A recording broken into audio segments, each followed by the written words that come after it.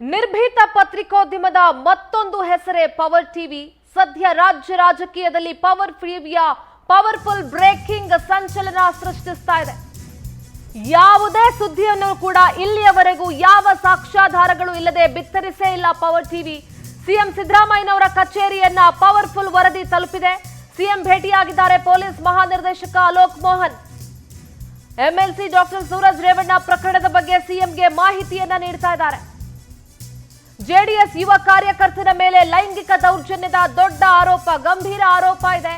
Doctor Suraj Revanna ವಿರುದ್ಧ ಸಲಿಂಗ ಕಾಮಕೇಳಿಯ ಆರೋಪ ಕೇಳಿ ಬಂದಿದೆ. ಡಿಜಿಐಜಿಪಿ ಸಿಎಂ ಗೃಹ ಸಚಿವರಿಗೆ ಪತ್ರವನ್ನ ಆ ಸಂತ್ರಸ್ತ ಬರೆದಿದ್ದ. ಅದೇ ವಿಚಾರವಾಗಿ ಇವತ್ತು ಚರ್ಚೆ ಕೂಡ ನಡೀತಾ ಇದೆ. ಪೊಲೀಸ್ ಮಹಾನಿರ್ದೇಶಕ ಅಲೋಕ್ ಮೋಹನ್ ಮುಖ್ಯಮಂತ್ರಿಗಳನ್ನ ಭೇಟಿಯಾಗಿದ್ದಾರೆ. ಪವರ್ ಟಿವಿಯಲ್ಲಿ ಸಂತ್ರಸ್ತ ಬರೆದಿರುವಂತಹ ಪತ್ರದ ಪ್ರತಿಯ ಎಕ್ಸ್ಕ್ಲೂಸಿವ್ ಅನ್ನ ನೀಡಲಾಗಿತ್ತು. ಪತ್ರದ ಕುರಿತು ಸಿಎಂ ಸಿದ್ದರಾಮಯ್ಯಗೆ ಡಿಜಿಐಜಿಪಿ ವಿವರವನ್ನ ನೀಡಿದ್ದಾರೆ. ಸಂತ್ರಸ್ತನ ಅಧಿಕೃತ ದೂರಿನ ಬಳಿಕವೇ ಕ್ರಮಕ್ಕೆ ಸರ್ಕಾರ ಮುಂದಾಗುತ್ತಾ ಅನ್ನುವಂತಹ ಪ್ರಶ್ನೆ ಇದೆ. ದೂರನ್ನ ತಲುಪಿಸಿರೋದು ಸ್ಪೀಡ್ ಪೋಸ್ಟ್ ಮುಖಾಂತರ ದೂರನ್ನ ಕೂಡ ನೀಡಲಾಗಿತ್ತು.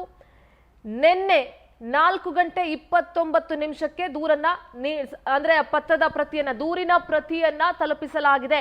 ರಾಜ್ಯ ರಾಜಕೀಯದಲ್ಲಿ ಸದ್ಯ ಪವರ್ಫುಲ್ ಬ್ರೇಕಿಂಗ್ ನದ್ದೇ ಸಂಚಲನ. ಸಿಎಂ ಸಿದ್ದರಾಮಯ್ಯ ಕಚೇರಿಯನ್ನ ಈ ಪವರ್ಫುಲ್ ವರದಿ ತಲುಪಿದೆ. ಯಾವುದೇ ಸುದ್ದಿಯನ್ನು ಕೂಡ ಇಲ್ಲಿಯವರೆಗೂ ಪವರ್ ಟಿವಿ ಯಾರ ಒತ್ತಡಕ್ಕೂ ಮಣಿಯದೆ ಪ್ರಸಾರ ಮಾಡಿದೆ. ಅದು ಪ್ರಜ್ವಲ್ ರೇವಣ್ಣ ಪ್ರಕರಣ ಇರಬಹುದು ಅಥವಾ ಸೂರಜ್ ರೇವಣ್ಣನ ಪ್ರಕರಣ ಇರಬಹುದು, ದೇವೇಗೌಡರ ಕುಟುಂಬದವರು ಅಂತ ಯಾವ ಹೆದರಿಕೆ ಬೆದರಿಕೆ ಅಂಜಿಕೆ ಇಲ್ಲದೆ ನಿರ್ಭೀತವಾಗಿ ಪವರ್ ಟಿವಿ ಸುದ್ದಿಗಳನ್ನ ರಾಜ್ಯದ ಜನರ ಮುಂದೆ ಇಡ್ತಾ ಇದೆ. ಈಗ ಡಾಕ್ಟರ್ ಸೂರಜ್ ರೇವಣ್ಣನ ಸಲಿಂಗ ಕಾಮಕೇಳಿಯ ವಿಚಾರ ಇದೆಯಲ್ಲ, ಇದು ಇಡೀ ರಾಜ್ಯಾದ್ಯಂತ ಭಾರಿ ಚರ್ಚೆಗೆ ಗ್ರಾಸವಾಗಿದೆ.